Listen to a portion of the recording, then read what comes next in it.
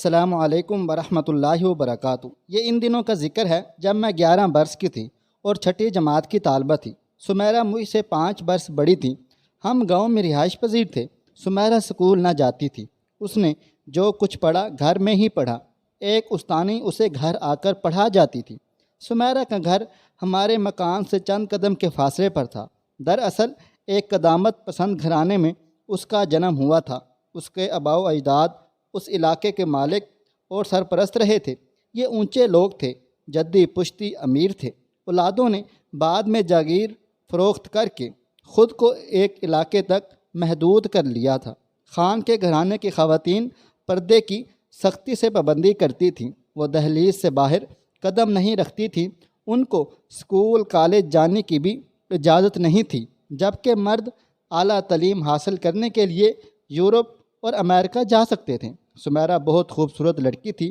جب امی جان خان کی بیوی سے ملنے کے لیے جاتیں تو سمیرہ مجھ سے بہت خلوص سے ملتی اور والدہ سے کہتی کہ میں اکیلی ہوتی ہوں، مجھ سے کوئی باتیں کرنے والا نہیں ہوتا، آپ محسنہ کو میرے پاس بھیج دیا کریں۔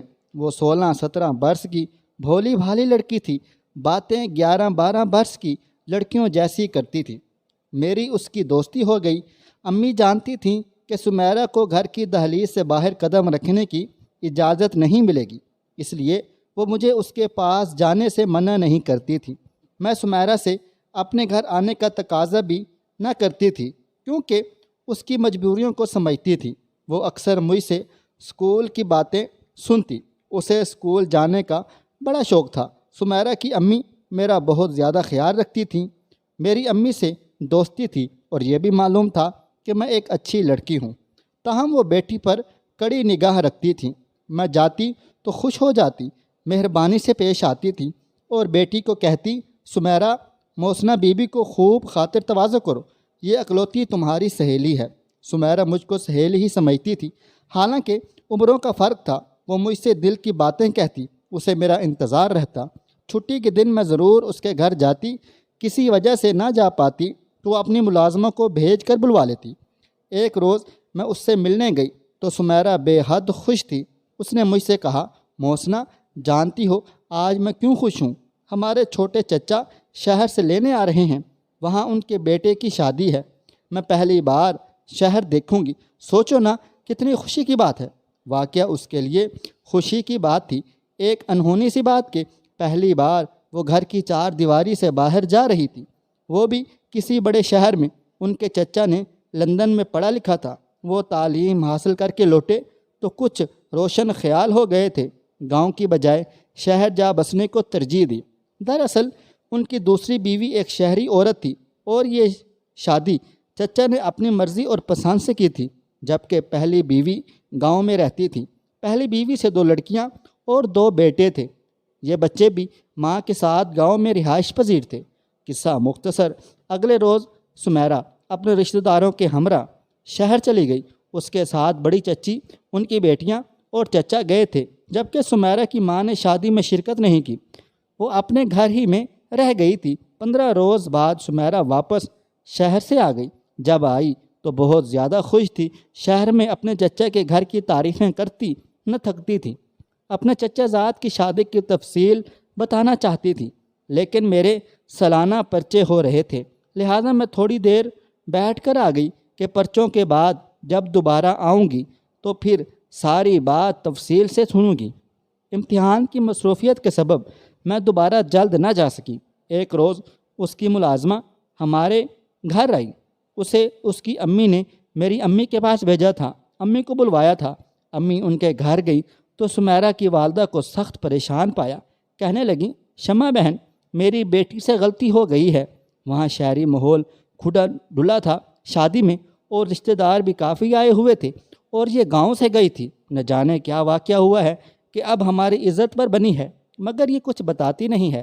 امی نے پیار سے سمیرہ کو خریدنا چاہا، لیکن اس لڑکی نے زبان نہ کھولی۔ انہوں نے سمیرہ کی امی سے کہا، تم ماں ہو، جب تم کو نہیں بتاتی مجھے کیسے بتائے گی؟ دوبارہ پیار سے اعتماد میں لو، یہ بہت خوف زدہ ہے۔ جوں جوں وقت گزرتا جا رہا تھا، پریشانی بڑھتی جا رہی تھی، اور سمیرہ کی امی کے کچھ سمجھ میں نہیں آ رہا تھا کہ کیا کریں۔ امی جان کے سوا اس کا کوئی رازدار بھی نہ تھا۔ زیادہ پریشان ہوتی تو میری والدہ کو بلواتی کہ اب بتاؤ کیا کروں، وقت گزرتا جا رہا ہے، ایسا نہ ہو کہ پانو پلو سے گزر جائے۔ صد شکر کہ ان دنوں ان کا شوہر دوسرے ملک گیا ہوا تھا، ورنہ ضرور قیامت آ جاتی۔ سمیرہ کی ماں کا کہنا تھا، بی بی بیٹی کی غلطی کے بارے میں اس کے باپ کو بھنک بھی پڑ گئی تو ہم زندہ کو نہ چھوڑے گا، اس کی آمد سے قبل ہی اس مسئلے کا حل نکالنا ہوگا۔ بہن تم میری رازداں ہو، اب تم ہی کوئی حل بتاؤ، میں بیٹی کو گھر سے باہر نہیں لے جا سکتی، اس معاملے کو گھر کی چار دیواری میں ہی دفن کرنا ہے، یہ ہماری غیرت کا سوال ہے۔ بہت کچھ سوچنے پر میری ماں کو ایک حل سوجھ گیا۔ ہماری نانی اماں جہاں رہائش پذیر تھیں وہ جگہ زیادہ دور نہ تھی، ان کے گھر کے سامنے ایک نرس عرصے سے رہتی تھی جس کا نام سارہ تھا۔ کالے رنگ کی موٹی سی یہ عورت جس کے نین و نقش تو معمولی تھے لیکن ہر وقت بنی ٹھنی رہتی تھی۔ وہ کچھ لالچی بھی تھی، تبھی محلے میں مقبول نہ تھی، صرف ضرورتاً لوگ ان سے تعلق وغیرہ رکھتے تھے۔ سارہ ایک سرکاری ہسپتال میں ملازمت کرتی تھی، اس کی بھی رات کی ڈیوٹی ہوتی، کبھی دن کی۔ جب وہ فارغ ہوتی گھر پر رہتی، محلے کی ضرورت مند عورتیں اس کے پاس بیماری یا تکلیف میں مدد کی طالب ہوتیں تو وہ ان سے خاصی رقم اینٹھ لیتی اور کسی سے ذرا بھر رعایت نہ کرتی تھیں۔ سارہ کی کوئی اولاد نہ تھی، جانے کیوں پھر وہ اس قدر لالچی تھی۔ والدین بھی نہ تھے، کسی نے بھی اس کے گھر کسی رشتہ دار کو آتے جاتے نہیں دیکھا تھا۔ وہ جب ڈیوٹی دینے جاتی تو دروازے پر تالا لگا جاتی، ڈیوٹی سے لوٹتی تو گھر کا کام وغیرہ کرتی یا سو جاتی۔ محلے میں کہیں آتی جاتی نہ تھی، ہاں اگر کوئی بیمار ہو جاتا اور اس کی ضرورت پڑ جاتی تو بلانے پر وہ آ جاتی تھی۔ وہ خوش اخلاق نہیں تھی، اس لیے وہ اپنی پوری فیس لے لیتی تھی۔ جب کسی کو انجیکشن لگانا ہوتا یا گھر پر ڈرپ لگانی ہوتی تو اس کو بلایا جاتا تھا۔ سارہ کئی بار نانی اماں کے گھر آ چکی تھی کیونکہ وہ بیمار رہتی تھی اور ان کو اکثر انجیکشن لگوانے ہوتے تو ماموں ہی انجیکشن جو ڈاکٹر لکھ کر دیتے ہیں اپنی والدہ کو گھر پر ہی لگواتے تاکہ نانی کو روزانہ ڈاکٹر کے کلینک تک آنے جانے کی تکلیف نہ اٹھانی پڑ جائے۔ یوں امی جان سے بھی سارہ کی سلام دعا تھی۔ محلے دار سارہ کو صرف اپنے دکھوں میں بلاتے اور دکھ و خوشی کی تقریبات میں اسے کوئی مدعو نہیں کرتا تھا۔ سبھی جانتے تھے کہ وہ ایک متعلقہ عورت ہے۔ اس بات نے بھی سارہ کو الگ تھلگ کر دیا تھا۔ امی جان نانی اماں کے گھر گئیں، انہوں نے سارہ کو بلوا بھیجا۔ اتفاق سے وہ گھر پر تھی، فوراً آ گئی۔ وہ سمجھی کہ نانی اماں کو انجیکشن لگوانا ہے، مگر یہاں مسئلہ ہی کچھ اور تھا۔ امی نے کچھ دیر تنہائی میں اس سے بات وغیرہ کی اور پھر اسے ساتھ لے کر سمیرہ کے گھر چلی آئیں۔ سمیرہ کی ماں نے مسئلہ بتا کر کہا، روپیہ جتنا چاہو گی ملے گا، مگر تم کو اپنا منہ بند رکھنا ہوگا اور ہماری عزت بچانی ہوگی۔ لڑکی گھر سے باہر قدم نہیں نکال سکتی، اس راز کو گھر کی چار دیواری میں ہی دفن کرنا ہے۔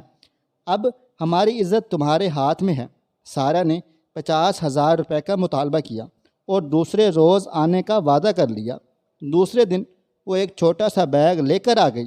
اس نے سمیرہ کو انجیکشن لگایا اور سمیرہ کی ماں سے کہا، رقم ادا کرو اور فکر نہ کرو، تمہاری عزت پر آنچ نہیں آئے گی، یہ راز تمہارے گھر کی چار دیواری میں ہی دفن ہو جائے گا۔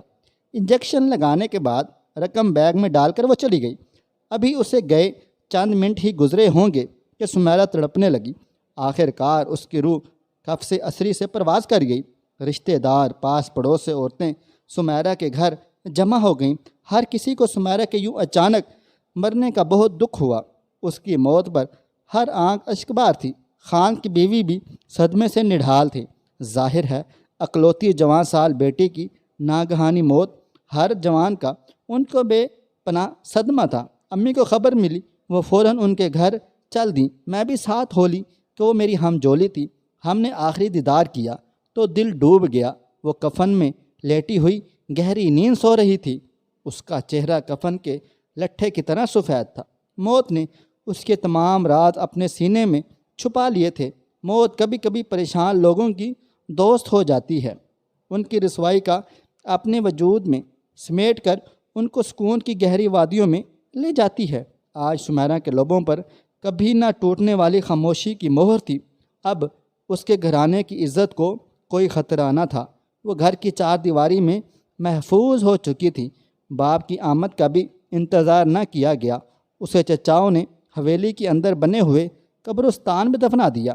چند دن لوگوں کو اس کی جوان سال موت کا افسوس رہا، پھر سبھی اس صدمے کو بھول گئے سوائے ماں کے، جو اب بھی چھپ چھپ کر اسے یاد کر کے روتی تھی۔ سمیرہ کی ماں کے علاوہ اماں اور میں بھی سمیرہ کو کبھی نہ بھلا سکے، کیونکہ معلوم تھا کہ وہ تبھی موت نہیں مری تھی، بلکہ اسے نرس سارہ نے کوئی انجیکشن لگایا تھا جس سے اس کی موت واقع ہو گئی تھی۔ ان دنوں مجھے اس کی موت کا بہت دکھ تھا، تاہم نہیں جانتی تھی کہ سمیرہ کو کیوں انجیکشن لگایا گیا ہے۔ یہ ضرور جانتی تھی کہ وہ سارہ کے انجیکشن لگانے کی وجہ سے مر گئی تھی۔ مجھ کو سارہ سے وحشت سی ہو گئی تھی۔ نانی اماں کے گھر جب وہ آتی نظر آ جاتی تو میں نفرت سے منہ پھیر لیتی تھی۔ میرا بس نہ چلتا تھا کہ ہر ایک کو بتا دیتی کہ اسی عورت نے کوئی انجیکشن لگایا تھا کہ سمیرہ مر گئی۔ اماں نے سختی سے منع کیا تھا کہ کسی سے انجیکشن والی بات مت کہنا، یہ اس گھرانے کی عزت کا سوال ہے۔ بہت عرصے تک مجھے اس معاملے کی سمجھ نہ آئی، یہ عزت کا سوال کیوں ہے کہ جس کی وجہ سے اتنی پیاری، اتنی خوبصورت سوال کیوں ہے۔ خوبصورت لڑکی جوان سے چلی گئی اور سمیرہ کی اماں پھر بھی خاموش رہی ہیں۔ وقت گزرتا رہا جب تک کہ میں پوری طرح باشعور ہوگی، زمانے کی اونچ نیچ کو سمجھنے لگی۔ سمیرہ کی ساری کہانی میری سمجھ میں آ گئی تھی، ساتھ میں یہ بات بھی معلوم ہوئی کہ عزت کے سوال کا کیا مطلب تھا۔ مجھے نرس سارہ پر اب بھی غصہ تھا۔ اس نے محض چند روپے کی خاطر میری دوست کو غلط انجیکشن لگا کر مار دیا تھا۔ مجھے یقین تھا کہ مار دیا ہے، مجھے یقین تھا اس ظالمانہ فعل کی اسے اللہ تعالیٰ کی طرف سے ضرور سزا ملے گی۔ 15 برس بعد جب ایک روز میں سسرال سے میکے آئی تو ماں نے بتایا کہ سارہ بہت بیمار ہے، وہ اپنے گھر میں اکیلی پڑی سسکتی اور روتی رہتی ہے، اس کی قرحتیں ہمارے گھر تک آتی تھی۔ مجھے دکھ ہوا کہ وہ عورت جس نے عمر بھر مریضوں کی خدمت کی تھی، آج اس کی خدمت اور تیمارداری کرنے والا کوئی نہ تھا۔ چند محلے دار البتہ کبھی کبھار جھانک لیتے تھے۔ اماں نے کہا اس عورت کا نصیب بہت خراب ہے۔ میں نے جواب دیا امی چلو ہم جا کر اسے دیکھ آتے ہیں، تیمارداری نہ ہی صحیح، عیادت ہی صحیح، یہ بھی تو ثواب کا کام ہے۔ میرے کہنے پر امی سارہ کو دیکھنے گئی۔ وہ چارپائی پر پڑی تھیں، زندہ تھی مگر مردوں سے بھی بدتر، اور اتنی نحیف و ناتواں تھی کہ اٹھ کر پانی بھی نہ پی سکتی تھیں۔ ہسپتال کی ایک جمع دارنی دن میں ایک بار تھوڑی دیر کے لیے آتی اور اس کے کچھ ضروری کام کر جاتی تھیں۔ میں نے حیرت سے اس کے مڑے ہوئے ہاتھوں کی طرف دیکھا، شاید بیماری سے وہ ٹیڑھے ہو گئے تھے۔ تب بھی مجھے اسی وقت سمیرہ کی یاد آ گئی۔ سوچنے لگی انہی ہاتھوں سے اس عورت نے سمیرہ کو انجیکشن لگایا تھا۔ خدا جانے اور بھی کتنی معصوم لڑکیوں کو انجیکشن لگایا ہونا ہے، ان کی سونے جیسی جوانی کو مٹی میں ملایا ہوگا، ان گھرانوں کی عزت کو بچانے کے لیے ان کو موت کے گھاٹ اتارا ہوگا، روپیہ کمانے کے لیے ان کے لیے موت کا فرشتہ بنی ہوگی۔ امی نے ہمدردی کی تو بس وہ اتنا بولی ابا جانے میرا کیا انجام ہوگا، شاید تنہائی میں روح نکلے گی اور پانی کا ایک گھونٹ بھی میرے منہ میں ڈالنے والا کوئی نہ ہوگا۔ سچ ہے آپا، جو جیسا کرتا ہے ویسا بھرتا ہے۔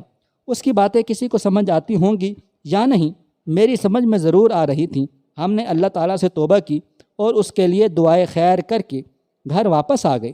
پھر میں میکے سے سسرال سیالکوٹ آ گئی۔ میرے یہاں آنے کے 5ویں دن امی جان نے فون پر بتایا کہ نرس سارہ کا انتقال ہو گیا ہے اور وہ زندگی سے چھٹکارا پا کر اپنے خالق حقیقی کے پاس چلی گئی ہے۔ کچھ نیک محلے داروں نے مل کر اس کی تدفین کر دی تھی۔ خواہش صرف اتنی سی ہے کہ کچھ الفاظ لکھوں جس سے کوئی گمراہی کے راستے پہ جاتے جاتے رک جائے، اور نہ بھی رکے تو سوچ میں ضرور پڑ جائے۔ دوستو، ویڈیو پسند آئی ہے تو اس ویڈیو کو لائک کریں، شیئر کریں۔ اگر آپ نے ابھی تک میرا چینل سبسکرائب نہیں کیا ہوا تو ابھی سبسکرائب کر لیں، ساتھ میں بیل آئیکن کو بھی ضرور پریس کر لیجئے گا تاکہ نئی اپلوڈ ہونے والی ہماری ویڈیوز کا نوٹیفیکیشن آپ کو بروقت ملتا رہے۔ مجھے آپ اگلی ویڈیو تک اجازت دیں۔ اللہ حافظ۔